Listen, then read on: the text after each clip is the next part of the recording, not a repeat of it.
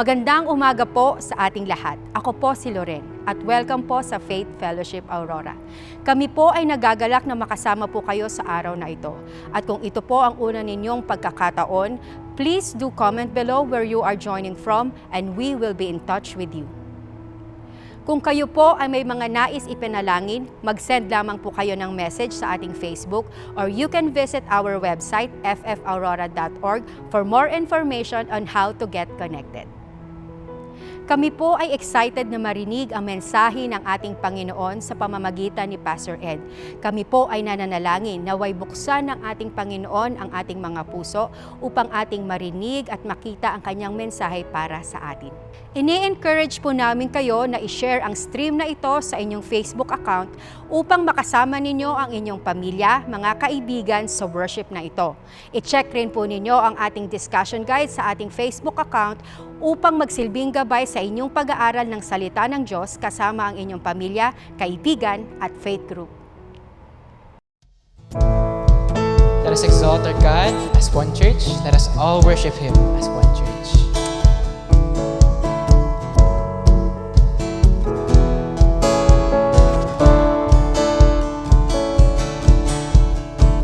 Great is your faithfulness, O God. You wrestle with the sinner's heart. You lead us by still waters and to mercy, and nothing can keep us apart. So remember your people, remember your children, remember your promise, oh God. Your grace is enough. Your grace is enough. Your grace is enough for me. Great is your love and justice, God. You use the weak to lead the strong.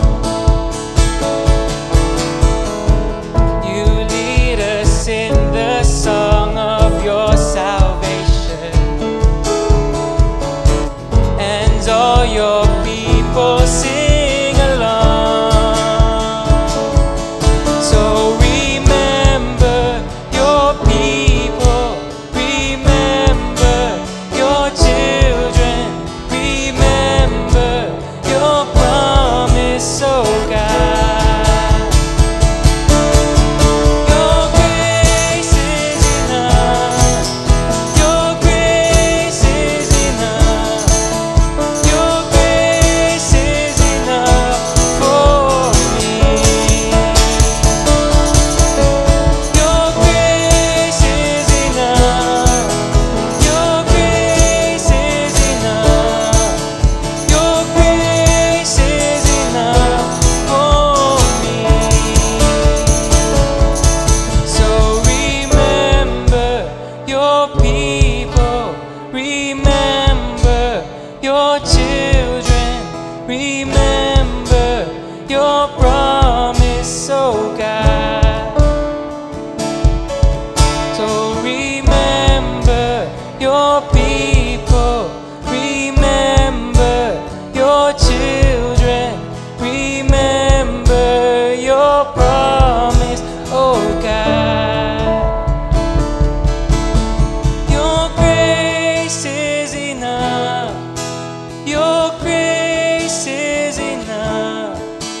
Your grace is enough for me.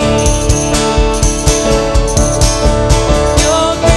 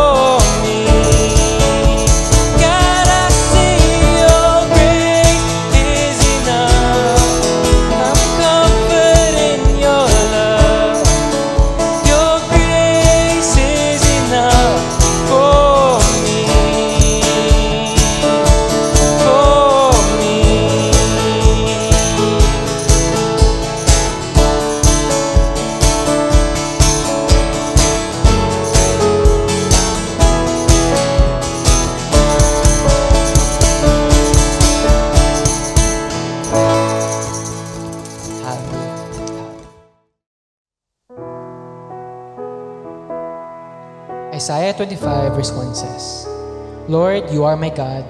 I will exalt you and praise your name. For in perfect faithfulness you have done wonderful things, things planned long ago. Let us worship our God.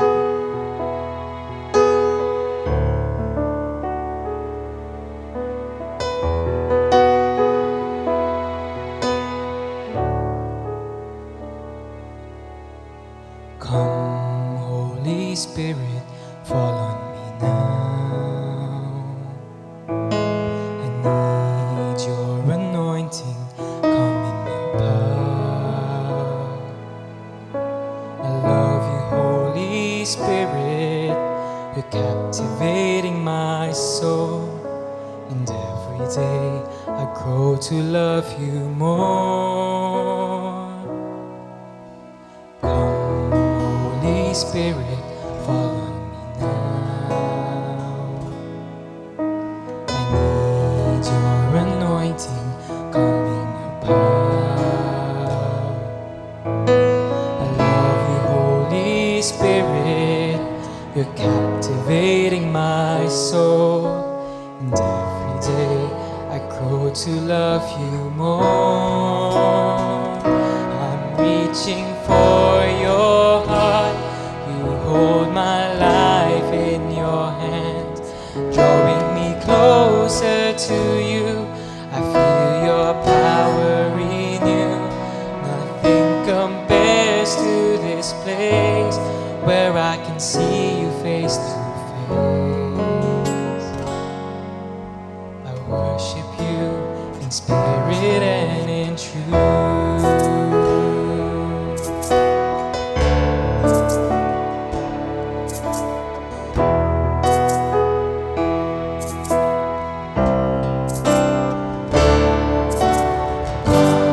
Holy Spirit, fall on me now.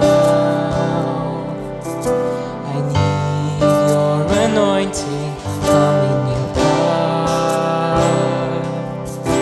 I love you, Holy Spirit, you're captivating my soul.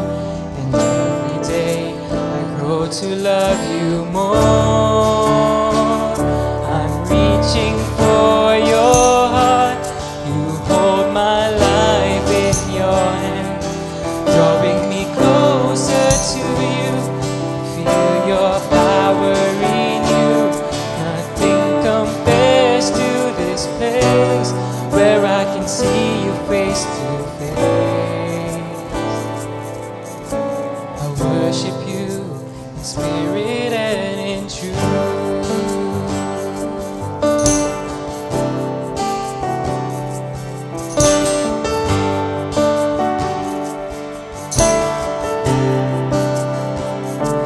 Reaching for your heart, you hold my life in your hands, drawing me closer to you. I feel your power renew. Nothing compares to this place where I can see you face to face.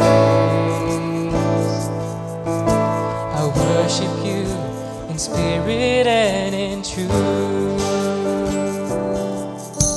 I worship you in spirit and in truth.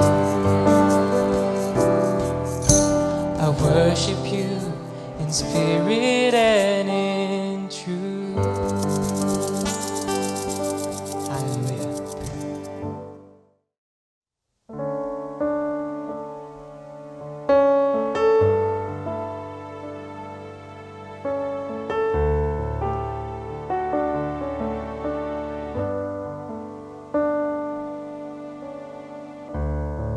When the music fades, all is stripped away, and I simply come,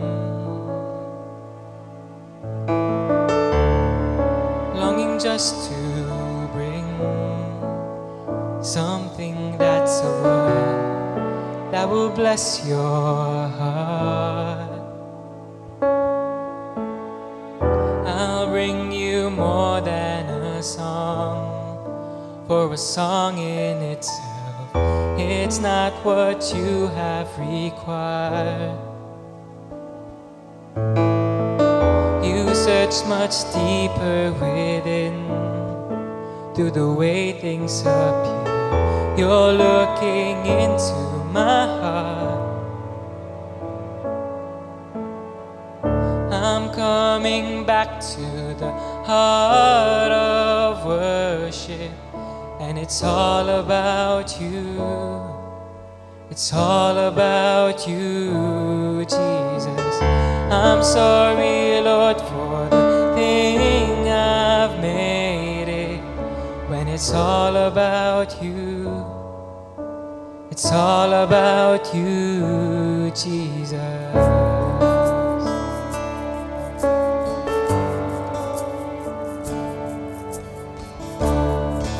King of endless worth, no one could express how much you deserve.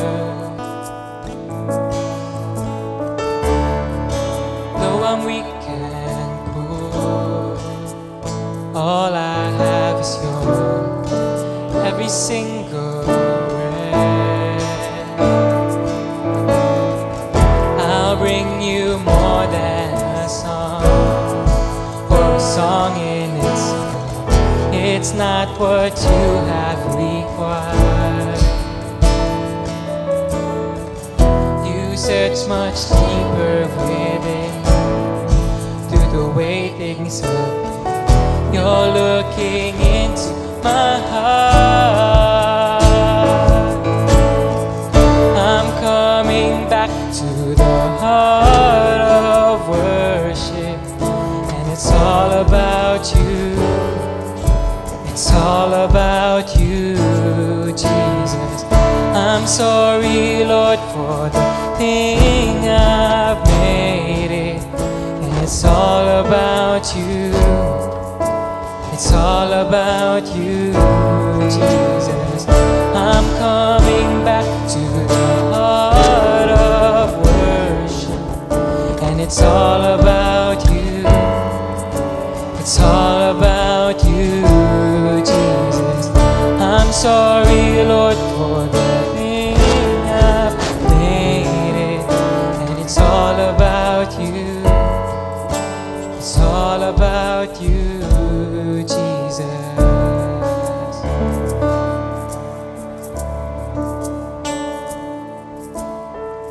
I'll bring you more than a song. I'll bring you more than a song. More than a song. You're looking into my heart, into my heart.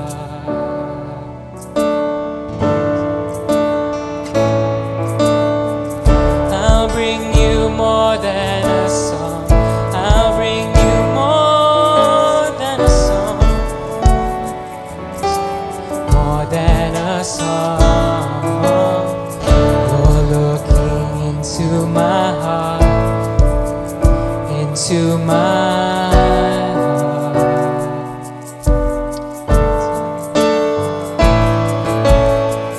I'm coming back to the heart of worship, and it's all about you. It's all about you, Jesus. I'm sorry, Lord, for the thing I've made it. When it's all about you, it's all about you, Jesus. I'm coming back to the heart of worship. When it's all about you, it's all about you, Jesus. I'm sorry, Lord, for the thing I've made it. And it's all about you. It's all about you, Jesus.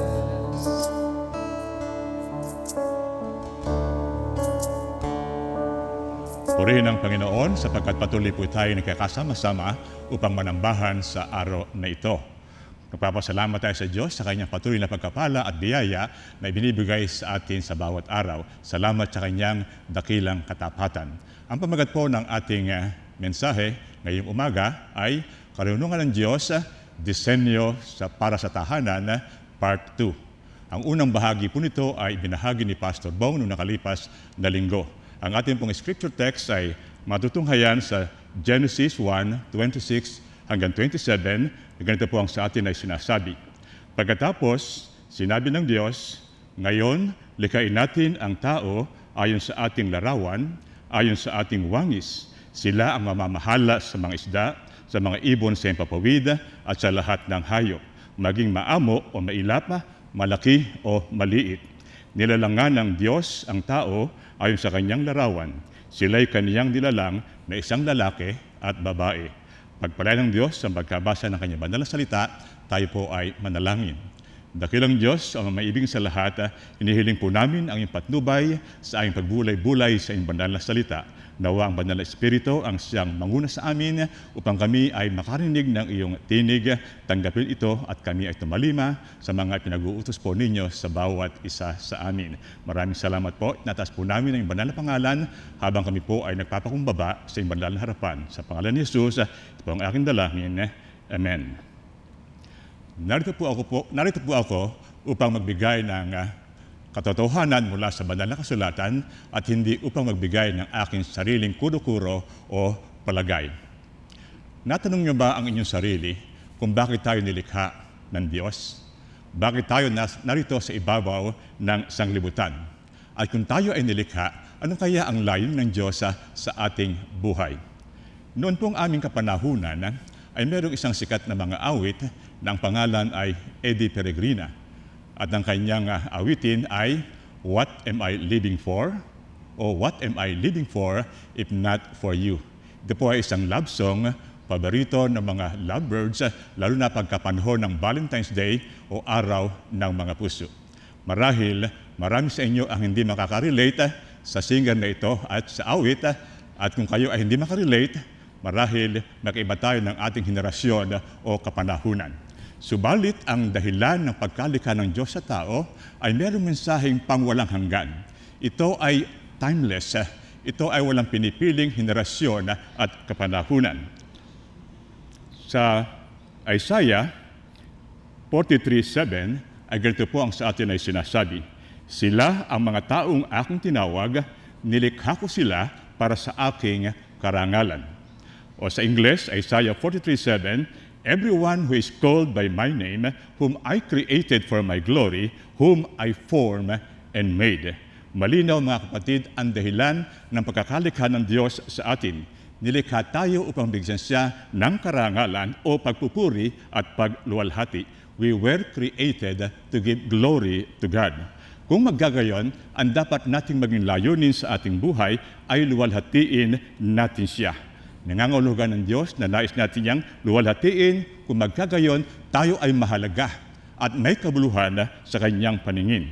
At ang isang paraan ng pagluwalhati sa Panginoong Diyos ay malaman natin ang karunungan ng Diyos tungkol sa disenyo para sa tahanan. Mula sa mga talatang aking binasa, makikita natin ang mga katotohanan tungkol sa disenyo ng ating Panginoon. Una, nilikha tayo ayon sa wangis o larawan ng ating Diyos. Nang likhain ng Diyos ang tao, nilikha niya ang babae at lalaki na magkapantay ayon sa kanyang wangis o larawan. Magkapantay ang kanilang katayuan sa harapan ng Diyos at parehong makikita ang karakter ng Diyos sa kanilang mga buhay. Ang babae at lalaki ay parehong halaga at may kabuluhan sa paningin ng ating Panginoon. Kaya't hindi masasabi ng isa na siya ay mas mabuti o mas masama kay isa o mas magaling o hindi magaling sa isa. Nilikha ng Diyos ang tao na pantay ayon sa kanyang uwangis. Maraming nilikha ang Diyos, tulad ng mga hayop na lumalakad sa lupa, mga ibon sa himpapawid at mga isda na nasa karagatan. Subalit ang tanging nilikha lamang ng Diyos na tao ang siyang nilikha ayon sa kanyang wangis at larawan. Nangangahulugan ito na ang tao ay nilikha tulad ng Diyos, hindi sa pisikal na kaanyuan, kundi sa ibang aspeto. Nangangahulugan ito na ang mga katangian ng Diyos na ibinigay sa tao upang magkaroon siya ng tamang relasyon sa Diyos at sa kanyang kapwa-tao. Ito ang mga sumusunod mga aspeto. Una, nilikha tayo bilang isang rational being. Ang ibig sabihin, meron tayong kakayahan na magsalita, mag-isip, makaunawa, mga tuwiran, at makaalam ng mga bagay na hindi kayang gawin o alamin ng mga hayop. Ang mga tao ay pwedeng mag-isip at magdiskusyon sa kapwa-tao ng ayon sa mga nangyayari sa ating paligid. Pag-usapan ng mga problemang sosyal, ekonomikal, politikal, at yung pandemya na sa ating kapaligiran ngayon. Ang mga tao ay nakaka-imbento ng mga modern technology, ng tablet, ng computer, ng laptop, at mga smartphones at marami pang iba. Sa kabilang dako, wala akong nakikita na ang mga hayop o grupo ng mga hayop na pinag-uusapan ang COVID-19 sa pamamagitan ng Zoom, Google Meet, o ng Messenger video call. Wala pa akong nakita o narinig ng mga aso na nag-uusap tungkol sa Pfizer, Moderna, or Sinovac. Pangalawa, nilikha ang tao na isang moral being. Ang ibig sabihin, iyong pagiging moral. Nilikha ang tao na may kakayahang malaman kung ano ang tama, kung ano ang mabuti. Binigyan ang tao ng kakayahan na magkaroon ng sense of justice, kung ano ang matuwid at ang hindi matuwid, mabuhay na mayroong kabanalan at mayroong kabutihan. Ang pagiging moral ng tao ay kanyang ipagsusulit sa harapan ng ating Panginoon. Kung ang tao ay sumusunod sa pamantayan ng Diyos na nakasulat sa banal na kasulatan, ang pagiging kalarawan ng Diyos ay makikita sa kanyang asal, kilos, sa kanyang ugali, at sa nagiging matuwid sa paningin ng ating Diyos. Pangatlo, nilikha ang tao na isang spiritual being o yung pagiging spiritual. Sa pagiging spiritual ng tao, pwede siyang manalangin, pwede siyang sumamba sa ating Panginoon, pwede siyang magpuri, pwede siyang magpasalamat sa Diyos at makinig sa salita ng Diyos, at ito ay kanyang ipamuhay. Sa amin pong subdivision sa Marikina, sa Greenland, ay maraming mga pusa ang paggala-gala. Paminsan-minsan ay nabibigyan namin ng pagkain, pero wala pong pusa akong nakita o narinig na nagsabing, "Praise the Lord." At kung meron mang pusa na magsasabi na praise the Lord, marahil mabilis pa sa alas 4, ako ang unang tatakbo. Ikaapat, nilikha ang tao bilang isang relational being o pagkakaroon ng isang malalim na kaugnayan o relasyon hindi lamang sa Diyos kundi sa kanyang kapwa-tao. Ang relasyong ito ay mararanasan sa buhay na mag-asawa, sa loob ng isang pamilya or human family. Ang ugnayang ito ay makita sa isang spiritual family. Spiritual family na nagbibigay ng relationship ng bawat membro sa loob ng iglesia. Ito ang imahe ng Diyos na kasamang tinanggap ng tao nang siya ay likhain. Subalit, nakalulungkot, ang imaheng ito ay nadungisan bagamat hindi lubusang nawala. Ang sumira ng larawan ng Diyos sa tao ay ang kasalanan na nagawa ni Adan at ni Eva sa halamanan ng Eden. Kaya nga, ang moral purity ng tao ay nawala. At ang pumalit dito ay ang makasalanang asal ng tao na nagkubli sa kabanalan ng ating Panginoon. Ang katalinuhan at kakayahang makaunawa ng tao ay napalitan ng kasinungalingan at hindi pagkaunawa. Ang pananalita ng tao ay hindi na makapagbigay ng kalwalatian sa ating Panginoon. Ang kanyang relasyon sa kapwa ay napalitan ng pagiging makasarili sa halip na pag-ibig sa kanyang kapwa-tao. Kaya't kinakailangang isugo ng Diyos Ama ang kanyang buktong na anak sa sanglibutan upang ang sino mang sa kanya ay sumampalataya at huwag mapahamak kundi magkaroon ng buhay o na hanggan. Ang Diyos pa ang nag-initiate upang muling mabuo ang relasyon na nasira between God and man. Kaya ito ang dapat naging pangunahing layunin sa loob ng tahanan, ang maibalik ang nasirang imahe o larawan ng Diyos sa tao. Ang karunungan ay pamumuhay ng tulad ni Kristo sa salita, sa ugali, sa kilos at sa ating asal. Ang pangalawang disenyo ng Diyos sa tahanan ay Nilikha ng Diyos ang tao bilang lalaki at babae. Babae at lalaki ang kasarian na nilikha ng ating Panginoon. Sa Genesis 1:27 ay ganito po ang sinasabi, nilalangan ng Diyos ang tao ayon sa kanyang larawan. Sila'y kanyang nilalang na isang lalaki at isang babae. Sa creation story sa Genesis ay mababasa natin ang halamanan ng Eden ay isang lugar na maganda at kahanga-hanga. Ito ay isang perpektong lugar na ang mga nilikha, tauman o hayop ay nabubuhay na magkasama, matiwasay at mapayapa. Subalit habang tinitingnan ng Diyos ang kanyang lilikha, siya ay nasiyahan at sinabing ito ay mabuti. Subalit nakita niya si Adan na nag-iisa at nangangailangan ng makakasama. Ang wika niya sa Genesis 2:18, matapos gawin ang lahat ng ito, sinabi ng Panginoong Yahweh, hindi mabuti na mag-isa ang tao, bibigyan ko siya ng isang angkop na makakasama at makakatulong. Hindi nilikha ng Diyos ang tao upang mabuhay na mag-isa. Bahagi ng pagkalikha ng Diyos sa tao sa kanyang larawan ay magkaroon ng kaugnayan o pagkipagkaisa sa kapwa-tao. At nasabi ko nga, makita po natin ito sa ugnayan ng relationship sa loob ng pamilya, sa loob ng simbahan. Subalit sa pagitan ng lalaki at babae, ang malalim at malapit na kaugnayan ay makikita sa buhay mag-asawa. Hindi lamang ito pisikal na ugnayan. Ito ay isang spiritual at emotional na relasyon. Ang babae at lalaki ay pinagsama sa pamamagitan ng pag-aasawa at pinag-isa ng ating Panginoon. Sa Genesis 2:24 ay ganito po ang sinasabi, ito ang dahilan kaya iniiwan ng lalaki ang kanyang ama't ina, nagsasama sila ng kanyang asawa at sila'y nagiging isa. Ito ang biblical na katuruan. Ang pag-aasawa ay sa pagitan ng lalaki at babae. Ito ang itinakda ng Diyos. Ito ang dapat ituro ng mga magulang sa kanilang mga anak. Ito ang disenyo ng Diyos para sa tahanan.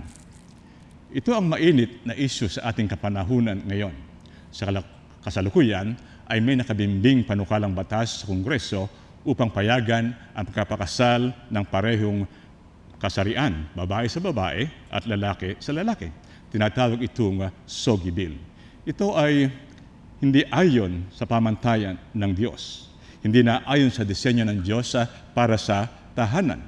Mula pa noong pasimula, ang pag-aasawa ay itinakda na ng Diyos. Bagamat ang pamahalaan ay nagbibigay ng mga requirements katulad ng marriage license kung ano ang mga kailangan at paano gaganapin ang kasal ayon sa batas ng pamahalaan. Ang pag-aasawa ay isang biyayang handog ng Diyos upang pag-isahin ang babae at lalaki bilang isang katawan sa kanyang paningin.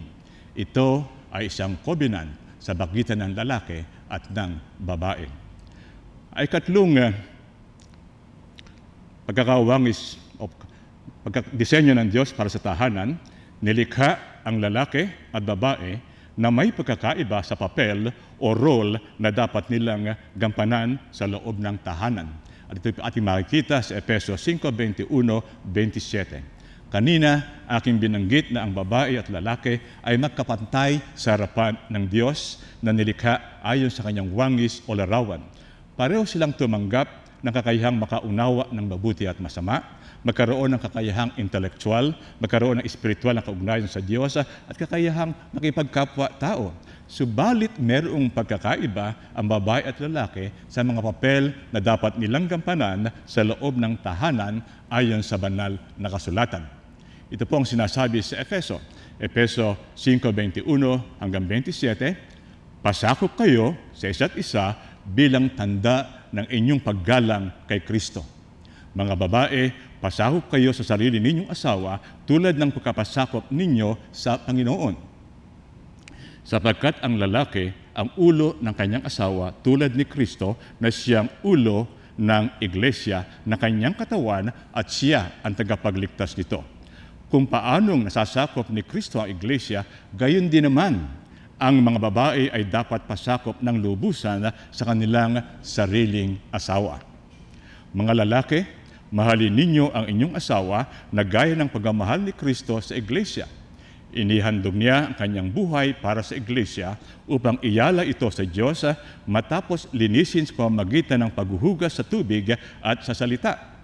Ginawa niya ito upang ang iglesia ay maiharap niya sa kanyang sarili na nasa kagandahan nito, walang anumang dungis ni kulubutman, banal at walang anumang kapintasan. Sa pagganap ng role sa loob ng tahanan, hindi dapat magkapalit ang babae at lalaki ayon sa disenyo ng Diyos. Bago pa man mahulog ang tao sa kasalanan, malinaw na ang pagkakaiba sa papel na dapat nilang gampanan. Nilikha ng Diyos na una si Adan kaysa kay Eva. Nagpapatunay ito na si Adan ay may leadership o headship sa loob ng tahanan. Sumunod na nilikha si Eva upang si Adan ay may makasama at makatulong. Ganito po ang sinasabi sa Genesis 2:18. Pagkatapos, sinabi ng Panginoong Diyos, hindi mabuting mabuhay ang tao nang nag-iisa lang, kaya igagawa ko siya ng kasama na tutulong sa kanya at nararapat sa kanya. At ito naman ay nakita ni Pablo sa Bagong Tipan na siyang ginawa niyang basihan upang ipakita ang pagkakaiba ng babae at ng lalaki. Sa unang Korinto 11:9 ay ganito po ang sa atin ay sinasabi, at hindi naman nilikha ang lalaki para sa babae, kundi ang babae para sa lalaki. Hindi naman po ito nangangahulugan na hindi importante ang papel ng babae sa loob ng tahanan. Ang nais lang bigyan ng diin ni Pablo ay merong kakaiba ang kanilang role sa loob ng tahanan. Gayon din naman sinabi ni Pablo sa unang Korinto 11:3, ngayon gusto kong malaman ninyo na si Kristo ang ulo ng bawat lalaki, at ang lalaki ang siya namang ulo ng babae, at ang Diyos naman ang ulo ni Kristo. Ayon sa talatang ito, ang lalaki ay merong pananagutan kay Kristo. Binibigyan din ito na ang pagpakasakop muna ng lalaki kay Kristo, binibigyan din ito ang pagpakasakop ng lalaki kay Kristo bago siya bigyan ng posisyon bilang ulo sa loob ng tahanan at ulo ng babae. Ito ay upang ipakita sa kanya sa loob ng tahanan na meron siyang pananagutan kay Kristo. Ito ang magtuturo sa lalaki na maging mapagpakumbaba at mahinahon upang hindi niya isipin na walang limitasyon ang kanyang otoridad sa loob ng tahanan. Ito rin naman ay magpapaalala sa kanya na tumingin kay Kristo na ulo ng iglesia bilang modelo sa kanyang pagiging ulo ng babae sa loob ng tahanan. At ang katuroang ito din naman ang magbibigay ng lakas ng loob upang ang babae naman ay magtiwala sa asawa bilang ulo sa loob ng tahanan. Ito ang magbibigay sa kanya ng katiyakan na ligtas siya sa pangunguna ng asawa. Magdadagdag din ito sa kanyang pagtitiwala sa asawa at magiging madali ang kanyang pagkapasakop sa asawang lalaki. Pansinin po natin ang mga talatang ating binasa. Pasakop ang bawat isa sa isa't isa bilang paggalang kay Kristo. Ang pagkapakasakop ng babae sa lalaki ay hindi isang pagpapaalipin sapagkat ang lalaki ay dapat munang magpasakop kay Kristo. At kung pareho silang magpapasakop kay Kristo, magiging maayos ang kanilang pagkasama bilang mag-asawa. Ang pangunguna ng lalaki sa loob ng tahanan ay hindi bilang isang diktador.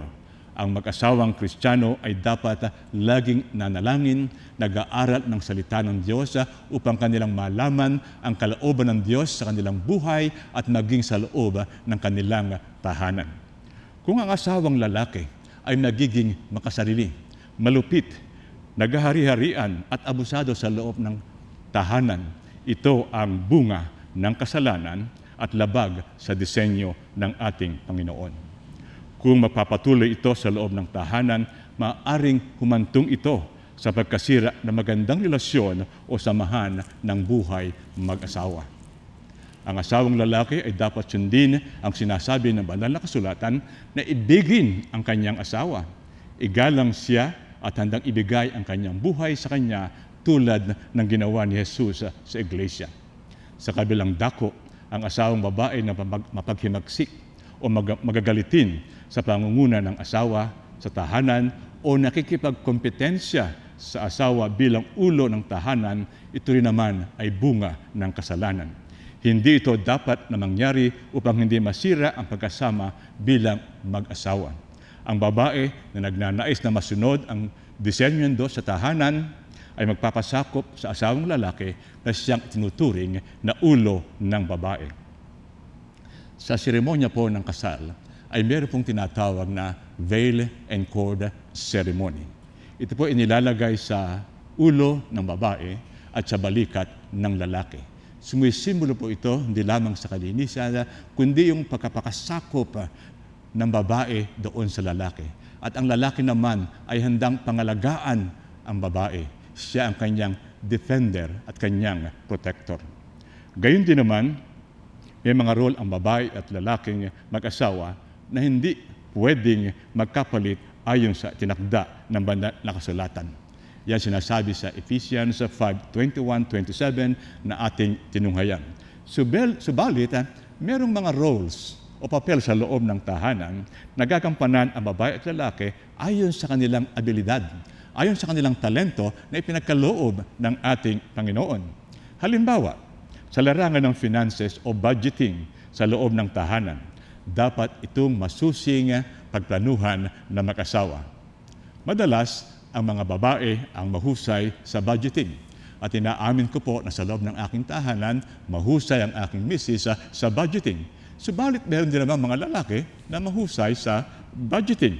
At ang pag-uusap ng babae at lalaki at magkaroon ng pagkakasundo ang magsisilbing gabay upang sila ay magkaroon ng aliwalas at masayang pamumuhay bilang mag-asawa. Gayon din naman sa larangan ng housekeeping. Madalas ang babae ay nagluluto at naghahanda ng pagkain. Pero meron din namang mga lalaki na mahusay magluto at maghanda ng pagkain. Iba pang gawaing tulad ng laundry at ironing, buying or purchasing the groceries, house repairs at marami pang iba. Ang mga role na ito ay pwedeng pag-usaman ng mag-asawa upang magkaroon sila ng isang maayos at matatag na pagsasama. Narito mga kapatid, ang karunungan ng Diyos bilang isang disenyo para sa tahanan. Nilikha ang tao ayon sa larawan at wangis ng ating Panginoon. Nilikha ang tao bilang isang babae at isang lalaki.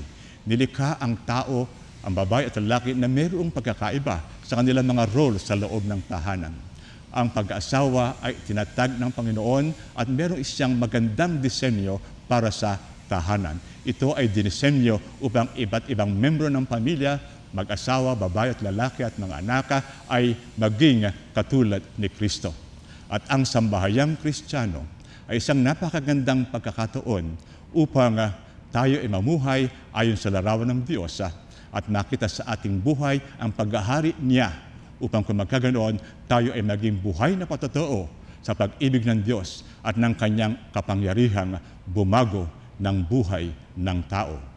Pagpalain naman ng Panginoon ang mensahe ito, tayo po ay manalangin. Lord, maraming salamat po sa inyong disenyo, sa inyong plano, sa buhay ng mag-asawa sa loob ng tahanan. Nawa kami ay pangunahan ng Banal na Espiritu upang mga mag-asawa sa loob ng tahanan ay tunay sumunod sa inyo at magampanan ang inyong layunin sa kanilang buhay tungo sa isang matagumpay at matatag na sambahayan. Pagpapalain niyo po ang bawat isang membro ng tahanan na sila ay iyong gagabayan, papatnubayan, makinig sa inyong tinig at sumunod sa inyo. Ito po ang aming dalangin sa pangalan ni Jesus. Amen. Hanggang dito na lang po. Hanggang sa muli. And God bless you.